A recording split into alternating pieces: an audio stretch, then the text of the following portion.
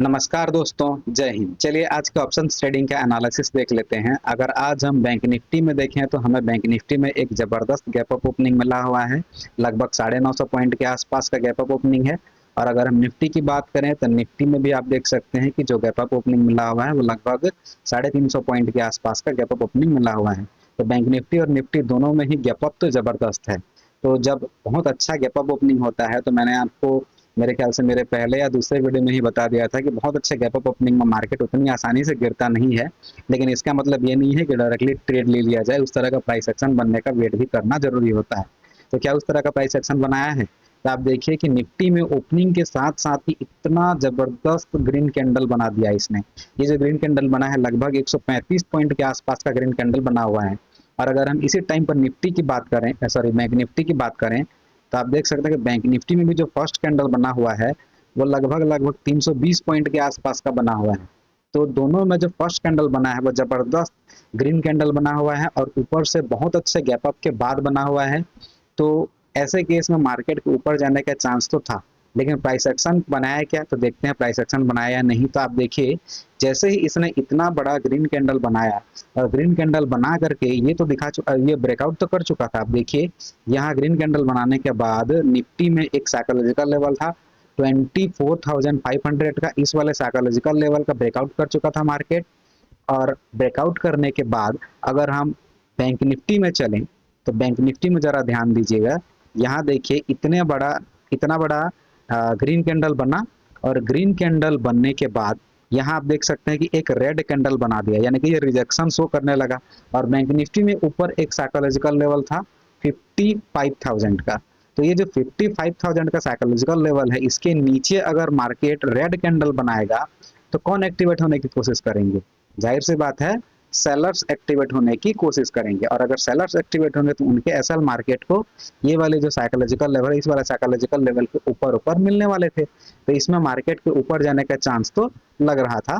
और ऊपर से इतने अच्छे गैप अप के बाद इस तरह का प्राइस एक्शन बना रहा है, तो मैंने बताया था कि बड़े गैप अप में मार्केट आसानी से गिरता नहीं है।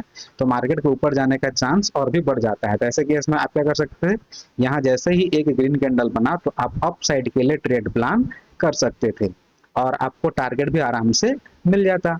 और अगर हम निफ्टी की बात करें तो निफ्टी में इतना बड़ा ग्रीन कैंडल बनाया, ग्रीन कैंडल बना करके ये जो साइकोलॉजिकल लेवल है, इस साइकोलॉजिकल लेवल का ब्रेकआउट किया। और इतने बड़े ग्रीन कैंडल के ब्रेकआउट करने के डायरेक्टली बाद मार्केट गिर नहीं सकता, ऊपर से इतने बड़े गैप अप के बाद। तो मार्केट क्या कर सकता था, मल्टीपल एसएल क्रिएट करने के लिए ऊपर जा सकता था। हालांकि इतना ऊपर चला जाएगा इस बात के लिए, इस बात की भविष्यवाणी नहीं कर सकता था कि मार्केट इतना ऊपर चला जाएगा। लेकिन ये बता सकता था आपको मैं कि मार्केट अगर इतने बड़े ग्रीन कैंडल बनाने के बाद इस वाले साइकोलॉजिकल लेवल का ब्रेकआउट करेगा तो इतनी आसानी से नहीं गिरेगा, बल्कि मल्टीपल एसएल क्रिएट करने के लिए रेड ग्रीन कैंडल बनाते हुए थोड़ा ऊपर निकलेगा। और जब तक निफ्टी ऊपर निकलेगा तब तक बैंक निफ्टी और अच्छा खासा पॉजिटिव हो सकता था। क्यों? क्योंकि साइकोलॉजिकल लेवल के नीचे रेड कैंडल बना चुका था और इतना बड़े गैप अप में इतना बड़ा ग्रीन कैंडल भी बना चुका था।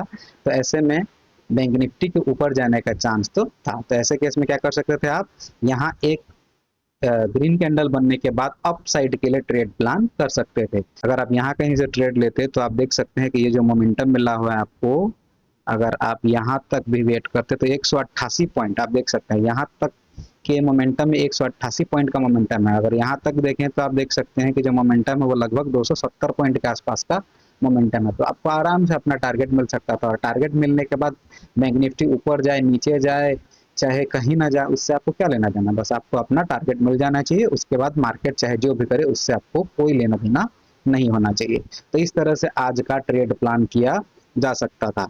एक और जानकारी मैं आपको दे देता हूँ कि अगर आज हम देखें तो आज एक और ट्रेड प्लान भी बनाया जा सकता था। कहाँ, मैं आपको समझाता हूँ।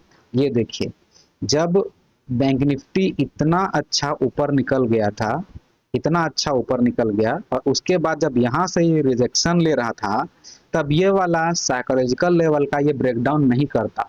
तब यहाँ कहीं आपको एक ग्रीन कैंडल देखने के बाद अप साइड के लिए ट्रेड प्लान करना था। अब मुझे कैसे पता चला कि ये अप साइड जा सकता है, इसको ब्रेकडाउन नहीं करेगा?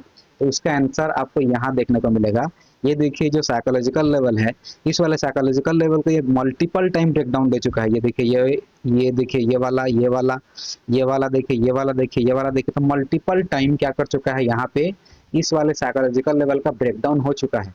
उसके बाद अगर मार्केट इस तरह से रिट्रेसमेंट करेगा तो इसे हम रिट्रेसमेंट ही लेंगे, क्योंकि जबरदस्त पॉजिटिव मोमेंटम है, गैप अप जबरदस्त है, निफ्टी में भी साइकोलॉजिकल लेवल का जबरदस्त ब्रेकआउट हो चुका है। तो ऐसे केस में इसे एक रिट्रेसमेंट कंसिडर करेंगे हम। और निफ्टी में भी साइकोलॉजिकल लेवल के ऊपर ऊपर मार्केट ट्रेड कर रहा था और बहुत अच्छा ऊपर निकल चुका था।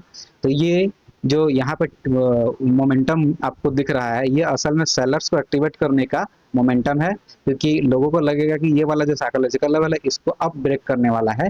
यहाँ सेलर्स बैठना शुरू करेंगे, और जब सेलर्स बैठना शुरू करेंगे तो मार्केट ऊपर निकल सकता था। यहाँ मल्टीपल ब्रेकडाउन हो चुका था तो सेलर्स को लगेगा कि अब फुल ब्रेकडाउन होगा, लेकिन असल में ये टेम्पटेशन का मूव है। जो ऑपरेटर्स होते हैं, जो बड़े प्लेयर्स होते हैं, वैसी तरह से ही काम करते हैं।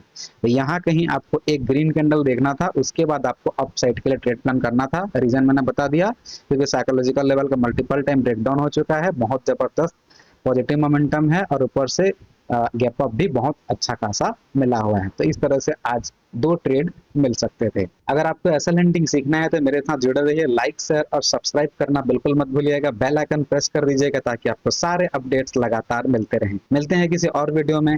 धन्यवाद। वंदे मातरम।